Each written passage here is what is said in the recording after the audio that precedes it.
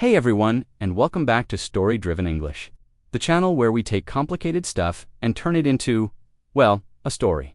Today, we've got a real page-turner for you folks. Imagine this.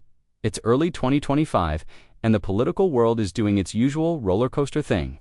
But this time, there's a new headline grabber in town, straight from the Oval Office. We're talking about President Trump, back in action, and dropping some seriously interesting executive orders about, get this, what exactly makes a boy and a girl, especially when it comes to sports. Now, this might sound a little dry on paper, but trust us, it's got all the drama of a reality TV show, the legal twists of a courtroom thriller, and the societal head-scratching of, well, trying to understand TikTok dances. So, grab your popcorn, maybe a dictionary or two, because we're about to dive into the wild world of gender definitions, transgender athletes, and the legal battles that ensued. All told in a way that'll boost your English and maybe even make you chuckle along the way. Let's get started. Okay, picture this. It's early 2025, and guess who's back in the Oval Office? That's right, the one and only Donald J. Trump. And wouldn't you know it, he wasted absolutely no time diving headfirst into some pretty spicy topics. Apparently, right up there on his to-do list. Somewhere between figuring out the best way to order a well-done steak and, maybe, just maybe, tweeting something interesting, was the burning issue of, well, what exactly is a girl and who gets to play on the girls' sports teams? So, faster than you can say Make America Great Again, to brand new executive orders popped into existence. First, on January 20th, came this doozy titled, Protecting Women from Gender Ideology Extremism and Restoring Biological Truth to the Federal Government. Sounds serious, right? Like something out of a superhero movie. But instead of saving the world from a giant robot, they were tackling definitions. Then, just a couple of weeks later on February 5th, bam! Another one preventing men from participating in women's sports. Now, you've got to admire the straightforwardness, if nothing else.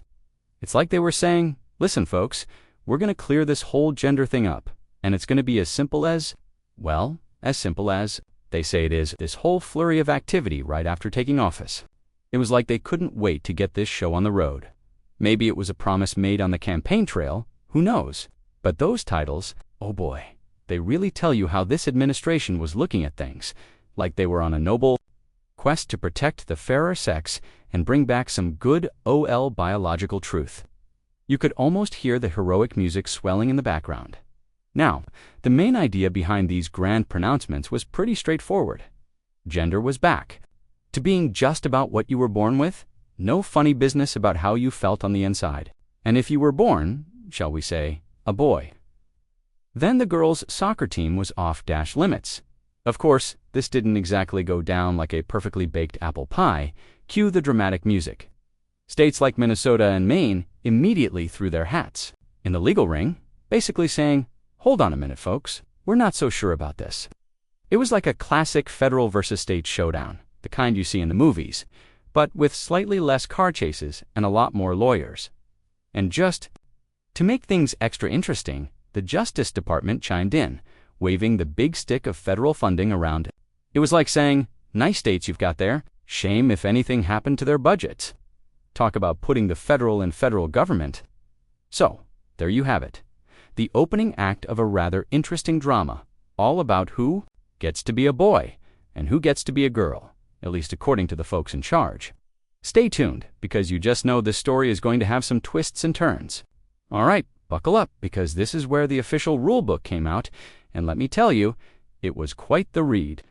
First up, we had the Gender Ideology and Biological Truth Executive Order. This was like the dictionary definition section, but with a distinct Trumpy twist. So, what exactly did they say sex was? Well, according to this order, it's all about your immutable biological classification as either a male or a female. And get this, it all boils down to your reproductive plumbing at the moment of conception. Tiny cell, you're a dude. Big cell, you're a lady. End of story. They even made it crystal clear that this whole gender identity thing, nope, doesn't count. Then came the definition of gender ideology. Apparently, this is the sneaky idea that you can swap out your biological sex for some self-proclaimed, ever-changing gender identity. And the order called this a false statement. They even mentioned this wild notion of a vast gender spectrum that doesn't rely on good, old-fashioned biology. Can you imagine the eye roll that probably accompanied that line? And what about gender identity itself? Well, that was described as your own subjective and purely internal sense of self. That's totally separate from, you guessed it, biological reality and sex. It's like they were saying, feelings are nice and all, but when it comes to the government, we're sticking to the science. As we define it, the order then went on to give some pretty specific instructions. Federal agencies had to start using the word sex instead of gender. They had to update all their forms and IDs to only show the good OL binary options. And apparently, there was a lot of gender ideology propaganda floating around that needed to be purged. It sounds like someone was on a mission. The report even helpfully included a table, like a handy cheat sheet for understanding the new rules. It defined terms like woman, female, girl, basically, an adult or young female, and man, male, boy, you get the idea. Then it got down to the nitty-gritty. Female is someone who produces the big reproductive cell at conception, and male is the one with the small cell. Simple, right? Wink, wink. And then there was the definition of gender ideology again, just to really drive the point home. This time, it added that it allows for the false claim that men can identify and therefore become women, and vice versa. You could practically hear the exasperated sigh.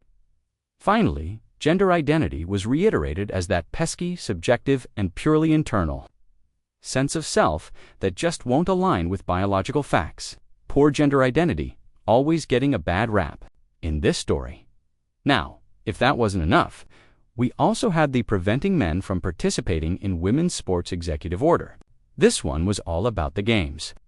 The official policy of the good OL-US of A, according to this order, was to yank funding from any educational program that let biological males play on girls' sports teams. Apparently, they considered this demeaning, unfair, and dangerous. The goal?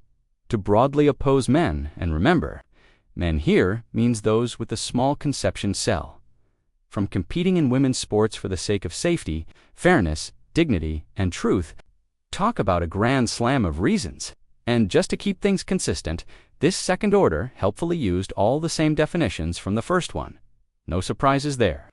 The big boss of education, the Secretary of Education, was told to protect those precious female-only sports opportunities and locker rooms. They were even told to prioritize enforcing Title IX against any schools that dared to let a biological male compete in girls' sports. And if you weren't playing by the rules, well, they might just take away your funding. Ouch. Even the Secretary of State got in on the action, tasked with discouraging international sports organizations from letting transgender athletes compete. It was like they were building a global coalition against the idea that maybe things aren't quite as simple as small cells and big cells. So there you have it. The official word, straight from the top, a very clear, very binary, and very opinionated set of definitions and rules. You can almost see the legal eagles sharpening their quills, and the debate teams limbering up for what was sure to be a very lively discussion. All right, so the legal eagles started flapping their wings, because you just knew these executive orders weren't going to fly under the radar without a bit of a legal kerfuffle, apparently. The Trump administration dusted off this old law called Title IX from way back in 1972. This law was originally meant to make sure girls got the same sports opportunities as boys. Pretty straightforward, right? But the administration argued that letting transgender athletes participate actually undermined this original intention. It was like saying, we're protecting girls by not letting some girls play. Confusing, I know.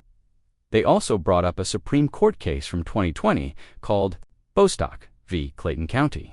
Now, this case said that you couldn't discriminate against people for being gay or transgender when it came to jobs. But the Trump folks were like, hold on, that doesn't mean we have to let them into single-sex spaces under Title IX. It was like trying to fit a square peg into a round hole, and the Attorney General was told to write up some instructions on how to make this interpretation stick. Good luck with that. The report pointed out that the administration's take on Title EX was a bit of a head-scratcher, especially since a lot of legal experts thought Title EX did cover transgender folks under the umbrella of sex. It was like a legal showdown, with one side saying, yes, it does, and the other side emphatically shouting, no, it doesn't. And then there was the whole federal versus state thing. You see, some states already had laws protecting people based on their gender identity, like Minnesota's Human Rights Act. So you can imagine the potential for some serious who's the boss arguments. It's like when your parents, and you're cool, and have completely different rules. Things can get messy. Interestingly, some states like Alabama were apparently on board with the federal approach and were passing their own binary gender bills. It was like a mini movement, with some states saying, yeah, we agree, 2 genders, that's it. The report highlighted that this whole situation was creating a legal tangle, raising questions about whether federal law always trumps state law, especially when it comes to things like education and sports at the local school level. It's like a complicated game of legal twister. And of course, you just knew there were going to be some constitutional challenges. People were probably dusting off their copies of the Constitution, pointing to the Equal Protection Clause and yelling about potential violations of due process. It's like when someone breaks the rules in a board game and everyone starts flipping through the rule book. The report even reminded us that the Trump administration had tried this kind of thing before, and federal courts had often said, nope, not going to happen.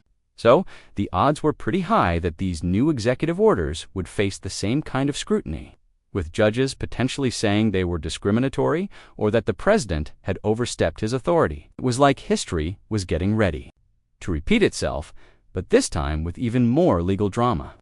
All right, the plot thickens. Now we're getting into the nitty-gritty of what all these new rules might actually do. It's like the part of the movie where the villain's master plan starts to unfold. But instead of world domination, it's mostly about paperwork and locker rooms. First off, Uncle Sam's agencies were put on notice. They had to go through all their policies, forms, and even their casual office chats to make sure everything lined up with the brand new to genders only rule. And forget about mentioning any of that gender ideology stuff. It was officially persona non grata. It sounds like someone was going to have a very busy time with the delete key and the big kahuna, federal funding. Apparently, if you weren't playing by these new rules, your money might just vanish.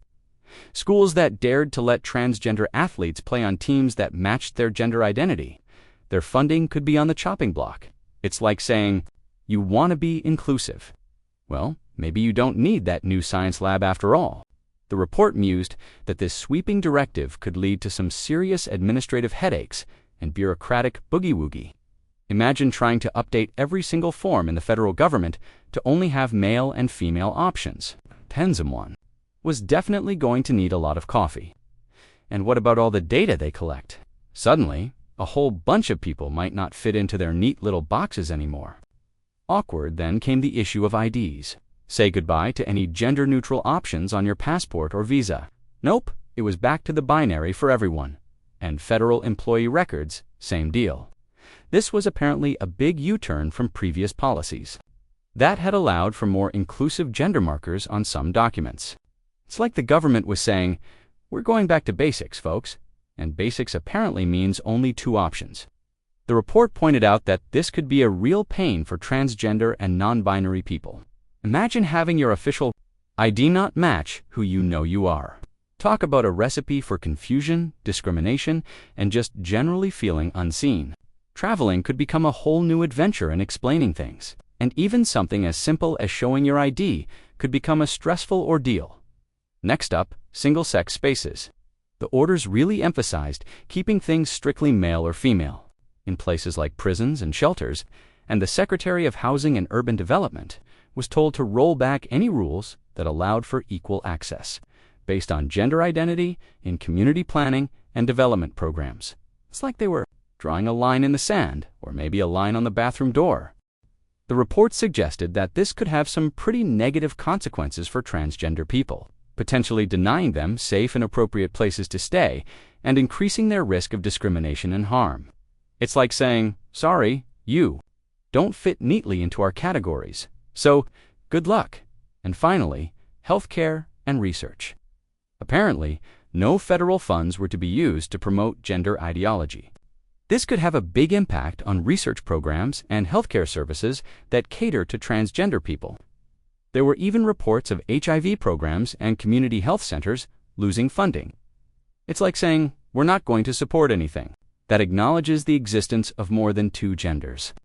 The report concluded that cutting funding for transgender health programs and research could really hinder access to necessary medical care and limit our understanding of transgender health issues. It's like trying to solve a puzzle with half the pieces missing. So, there you have it, a whole bunch of potential ripple effects from these executive orders. It sounds like things were about to get a whole lot more complicated for a lot of people, all in the name of, well, of defining things very, very narrowly. Stay tuned for the next chapter of this unfolding saga. All right, now it's time to hear from the folks who are giving these executive orders a big thumbs up. Every good story needs a bit of opposing viewpoints, right? So let's dive into the arguments for why some people thought limiting the recognition of transgender identity and banning transgender athletes was a great idea.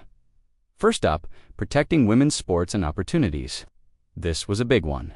The supporters argued that if you let transgender women compete in women's sports, it just wouldn't be fair. They said it gave them an unfair advantage because of those pesky biological differences from puberty. Apparently, those differences are like a secret weapon that just won't go away. Even after transitioning, they believed this could steal opportunities from cisgender women, like scholarships and that sweet, sweet taste of victory. The executive order even quoted some court cases that supposedly recognized these basic biological truths. It was like they were saying, science is on our side, as we interpret it, of course. The core argument here was all about that idea that biological males, remember, small conception cell folks, would always have a physical edge no matter what. This, they argued, would just ruin the whole point of women's sports. It's like bringing a tank to a tricycle race, just not a fair playing field. According to them, then came the maintaining a binary view of gender crew. These folks were pretty firm on the idea that your gender was decided at the moment of conception, and that was that. End of discussion. They often saw this whole gender identity thing as a subjective ideology that was trying to mess with the biological reality of sex. Some even brought in religious beliefs, saying that humans were created as either male or female, and that's how it should stay. It was like they had a very clear instruction manual from a higher power, and it only had two settings. This viewpoint really emphasized the traditional two-gender understanding of things, often rooted in either biology, as they saw it, or religious teachings.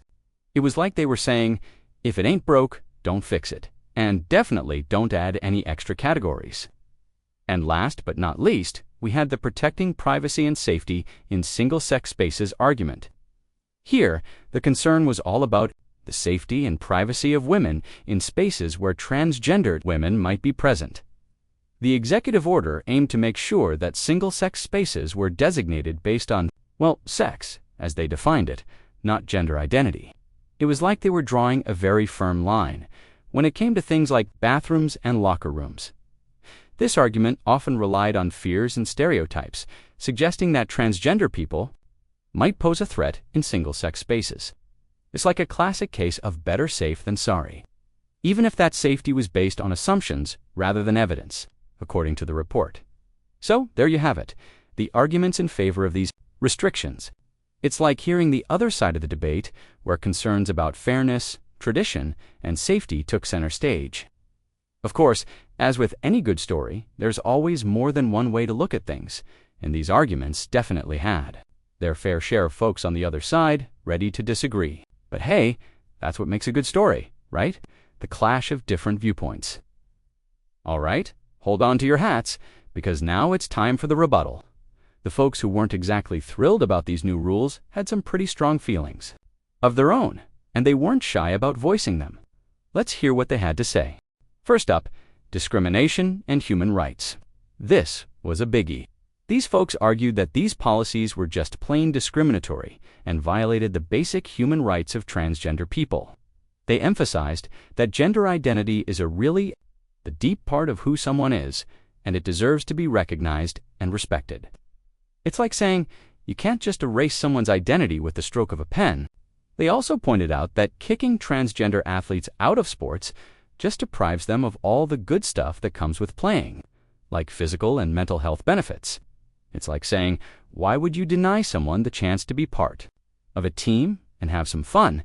The core of their argument was that this was about fundamental civil rights and human dignity. They stressed the harm caused by denying recognition and equal opportunities to transgender people. It's like saying, treat people fairly. It's not that complicated.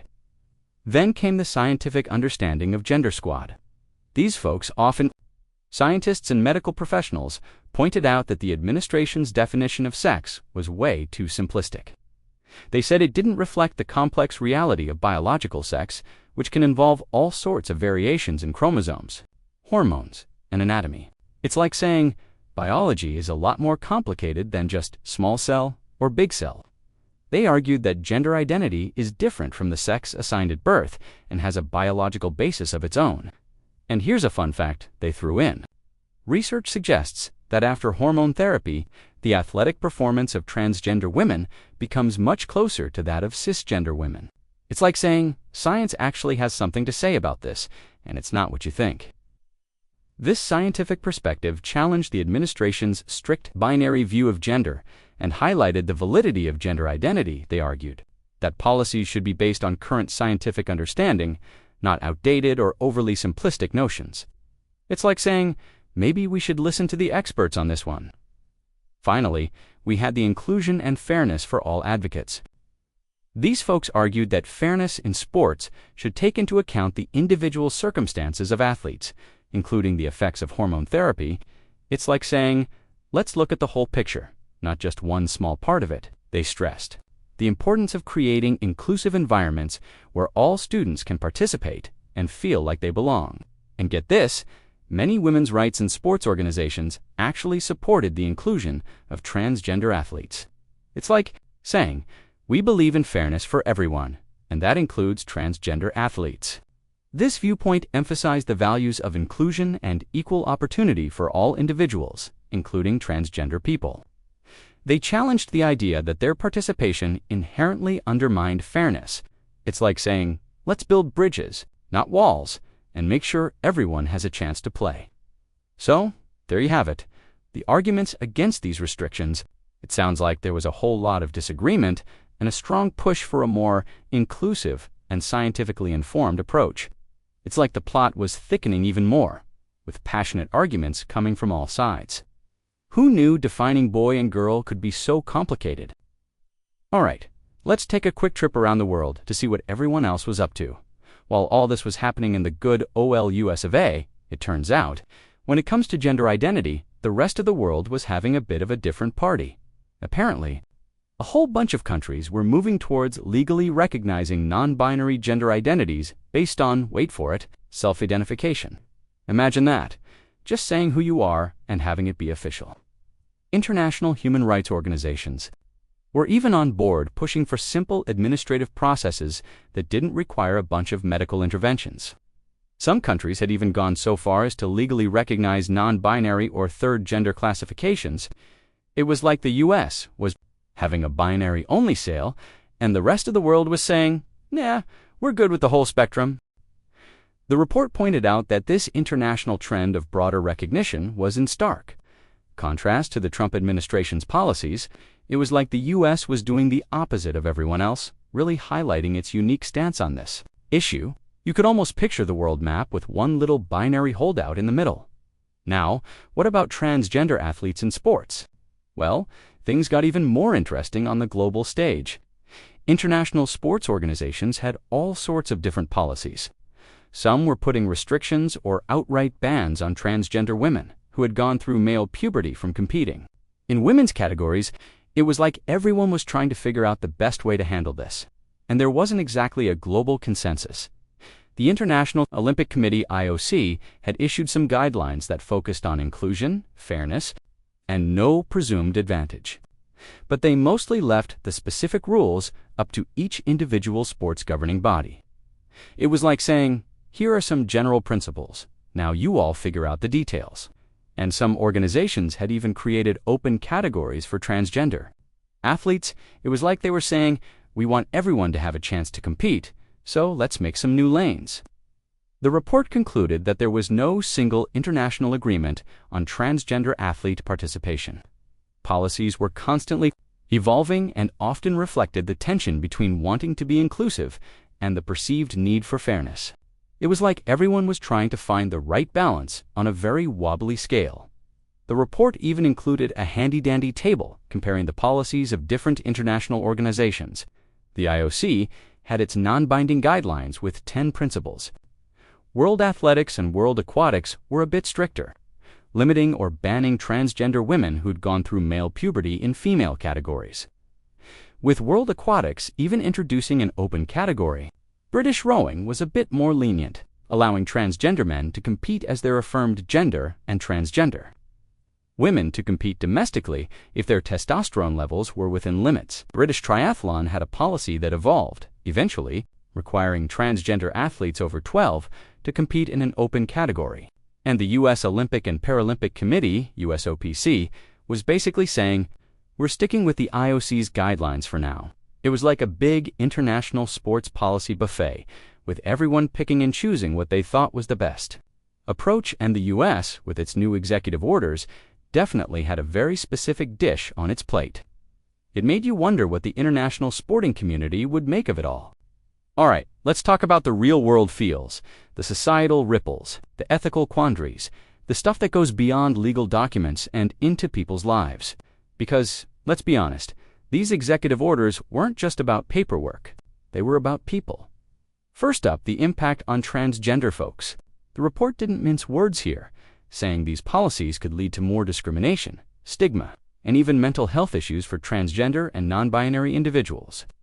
Imagine being told that who you know yourself to be isn't valid, or that you can't participate in something you love just because of how you were born. That's gotta sting. And denying recognition and access to things like sports could have some serious social, emotional, and even health consequences, especially for teenagers who are already navigating a confusing world. It's like kicking someone when they're already trying to find their footing. Then there's the impact on women's sports. Now, the stated goal was to protect women's sports, right? But the report pointed out that some critics thought all this focus on transgender athletes was actually distracting from other important issues that women in sports face, like funding gaps and abuse. It's like focusing on a tiny splinter, while ignoring a much bigger problem. Plus, the report mentioned that the actual number of transgender athletes is relatively small. So, was this really the biggest threat to women's sports, or was it more of a convenient scapegoat? Food for thought. The whole debate about transgender athletes in women's sports was often framed as a battle between inclusion and fairness. But the report nudged us to consider whether all this focus was overshadowing other challenges in women's athletics. It's like having a really intense argument about the color of the curtains while the house is on fire. And then we zoom out to the bigger picture, the wider societal impact. The report suggested that these policies were just adding fuel to the ongoing culture war and could make social divisions even worse. It's like everyone was already shouting at each other, and then someone handed them megaphones. These policies also raised some pretty fundamental questions about the government's role in defining identity and regulating personal choices. It's like the government was suddenly saying, we know who you are better than you do, which, as you can imagine, didn't sit well with a lot of people. The administration's stance on gender identity had broader implications for how society understands and treats marginalized groups. It could potentially affect discussions about diversity, equity, and inclusion, way beyond the specific context of sports. It's like setting a precedent that could have far-reaching consequences, like a butterfly flapping its wings and causing, So in the end, these executive orders weren't just about legal definitions and sports rules. They had the potential to deeply affect people's lives, spark even more social division, and raise some pretty big ethical questions. It was like the end of the movie, but instead of a neat resolution, you were left wondering what the long-term consequences would be, and maybe reaching for the popcorn for the inevitable sequel. And that, my friends, brings us to the end of our story. For now, who knew defining boy and girl could lead to such a roller coaster of legal battles, social debates, and international eyebrow-raising? Hopefully, you not only got a good dose of English learning today, but also a little peek into a pretty significant moment in our fictional 2025. If you enjoyed this story-driven dive into the world of executive orders and gender identity, then you know what to do. Give that thumbs up button a good OL tap. It tells the YouTube robots we're doing something right, and it makes us feel warm and fuzzy inside. Don't keep all this fascinating English goodness to yourself. Share this video with anyone you think might find it interesting, whether they're learning English or just enjoy a good, slightly absurd story. And if you want to join us for more story-driven adventures in the English language, then hit that subscribe button and ring the notification bell. We've got plenty more tales to tell, and we wouldn't want you to miss a single one. Thanks for hanging out with us here on Story-Driven English. Until next time, keep learning, keep laughing, and keep those stories coming. Cheers!